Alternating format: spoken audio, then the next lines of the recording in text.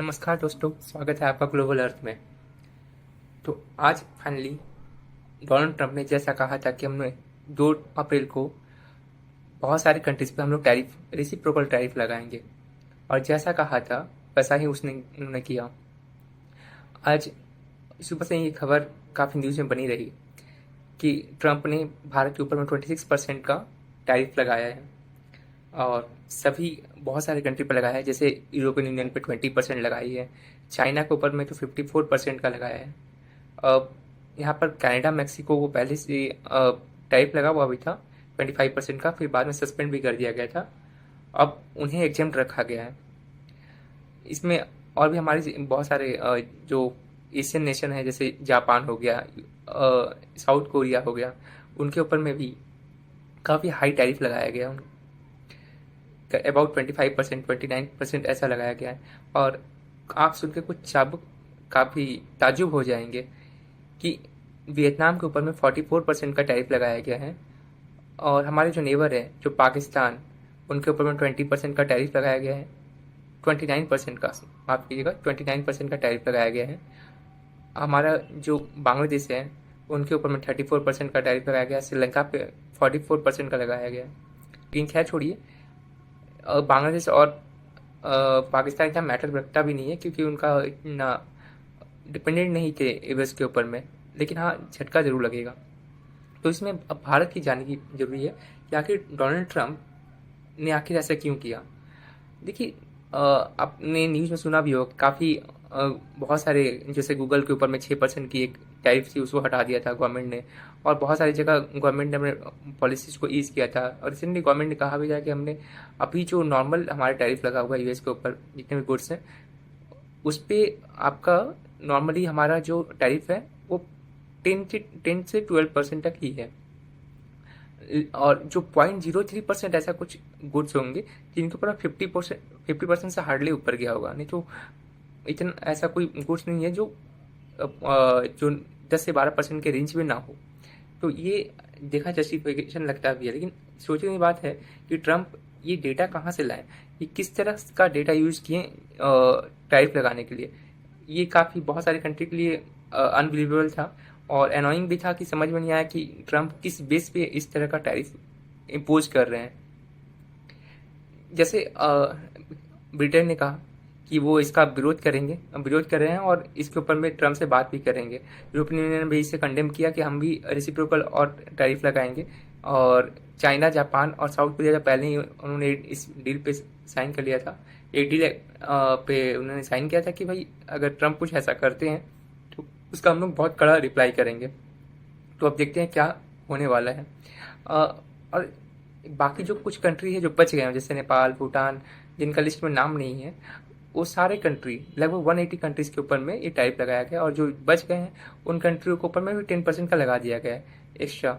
और ट्रंप ने इसे, आप अगर सोच रहे हो कि भाई इतना परसेंटेज 44, 54, क्या इतना वाकई इस तरह का टैरिफ लगाया करता था इंडिया 26% के आसपास, वियतनाम 44% के आसपास, चाइना 54% के पास। तो नहीं दोस्तों, ऐसा कुछ भी नहीं है। ये चाइना का मानना है कि वो 25% ज़्यादा नहीं लगाता। इंडिया का मैंने कहा कि 10 से 12%। सभी कंट्रीज का ऐसा मानना है कि ये ट्रंप का जो भी टैरिफ लगाया है वो काफ़ी बेबुनियाद है।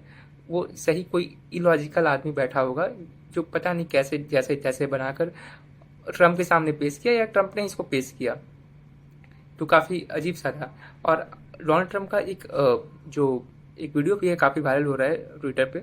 उन्होंने इंडिया के ऊपर में भी कहा कि हाँ, इंडिया बहुत अच्छा मित्र है उनका, और मोदी बहुत अच्छे नेगोशिएटर हैं। लेकिन उन्होंने फिर से वही बात दोहराई कि इंडिया काफ़ी हाई टैरिफ चार्ज करता है यूएस के गुड्स के ऊपर में, तो हम उस पर लगाने वाले हैं। और इंडिया को भी अभी तक समझ नहीं आ रहा कि क्यों भाई इतना हाई टैरिफ लगाया जा रहा है। तो दोस्तों समझते हैं कि क्या पहले भी ट्रंप ने इसके ऐसा कुछ किया था क्या। तो हाँ, उन्होंने किया था 2016 से 20 जो 2016 से 2020 की सरकार थी डोनाल्ड ट्रंप की, उसमें उन्होंने ऐसा किया था। तो आपको याद होगा कि उस समय काफ़ी एक बड़ी न्यूज़ बनी थी, GSP, general system of preference. तो उस जनरल सिस्टम ऑफ प्रेफरेंस को हटा दिया गया था इंडिया, वहाँ पर उस पर से इंडिया का नाम हटा दिया गया था। और ऐसा कहा कि भाई इंडिया जो है ऑलरेडी काफ़ी ट्रेड सरप्लस का एंजॉय कर रहा है, इसलिए उसमें यहाँ पर उन्हें रहना जरूरी नहीं है। और तब उन्होंने हमारे स्टील इंडस्ट्री पे भी 10%, 25% स्टील पे भी लगाया था, टैरिफ हाइक किया था, और 10% एल्युमिनियम के ऊपर में। इससे करीब माना जाता है कि 241 बिलियन या 250 मिलियन का, sorry not a billion, 241 million के आसपास का इंडिया को झटका लगा था एक्सपोर्ट में। तो आप देख सकते हैं कि ऐसा फिर बाद में आप 2020 के बाद उन्होंने जब ये चुन के आए तो ब्रिक्स नेशन को भी कहा कि भाई ब्रिक्स नेशन पे भी टैरिफ लगाएंगे, और फिर इंडिया को बार बार कहा भी गया कि भाई इंडिया एक टैरिफ किंग है, टैरिफ किंग है। पता नहीं ट्रंप को पता नहीं कौन डाटा जाए या ट्रंप ऐसा क्यों कर रहे हैं, कोई भी आइडिया नहीं है। बल्कि इंडियन गवर्नमेंट ने कोई भी कसर नहीं छोड़ी, कोई भी मतलब कोई भी ऐसा नेगोशिएशन नहीं बचा। यहाँ तक हमारे जो क्या बोलते हैं कॉमर्स मिनिस्टर हैं हमारे पीयूष गोयल जी, उन्होंने भी कुछ दिन पहले अमेरिका में जाकर वहाँ जो ट्रम्प के एडमिनिस्ट्रेशन से मुलाकात की थी और बात की थी इसके ऊपर में। और कंटिन्यू है हमारा जो एमईए का नेगोशिएशन चल रहा है इस ऊपर में। अब समझते हैं कि इस पे क्या ये जो 26% की टैरिफ लगाया गया है इंडिया के ऊपर में, ये क्या इम्पैक्ट डालेगा। तो बहुत सारे इकोनॉमिस्ट का ये मानना है कि ये इंडिया के ऊपर में करीब 7 to 8 बिलियन डॉलर का झटका है, और इससे इंडिया को बहुत बड़ा झटका लगने वाला है। क्योंकि ऐसा उम्मीद ही नहीं था कि ट्रंप टैरिफ में इंडिया को तो लाएंगे, लेकिन इतना उम्मीद है कि 25% का या 26% का टैरिफ इम्पोज कर देंगे। आप समझते हैं दोस्तों कि इंडिया इसको कैसे मैनेज करेगा। अब यहाँ पर यही बहुत सारे इकोनॉमिस्ट ये मान रहे हैं कि इंडिया को भी अब जवाब देना चाहिए, और चाइना जैसे चाइना, साउथ कोरिया, जापान इस तरह का डील एग्रीमेंट साइन किया, उससे इंडिया को भी उनके साथ में हो जाना चाहिए या उनके अपोज में, मतलब या उनसे बिना हटके भी अपना एक कुछ नया स्टांस ले सकते हैं जो ट्रम्प को बता सके।